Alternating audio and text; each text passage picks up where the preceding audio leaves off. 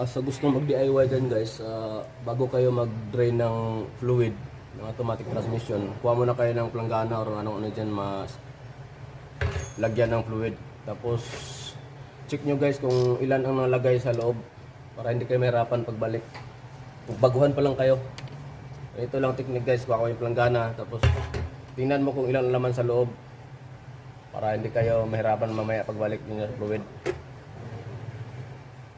Medyo maitim na naman. Itim na. So ganito guys, itong bolt ito 10mm ito eh.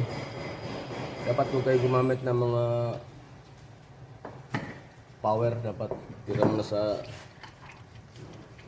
small tools mo nang gagamitin pag brake nito yung mga bolt. Kasi pag biglain mo ito ng ano,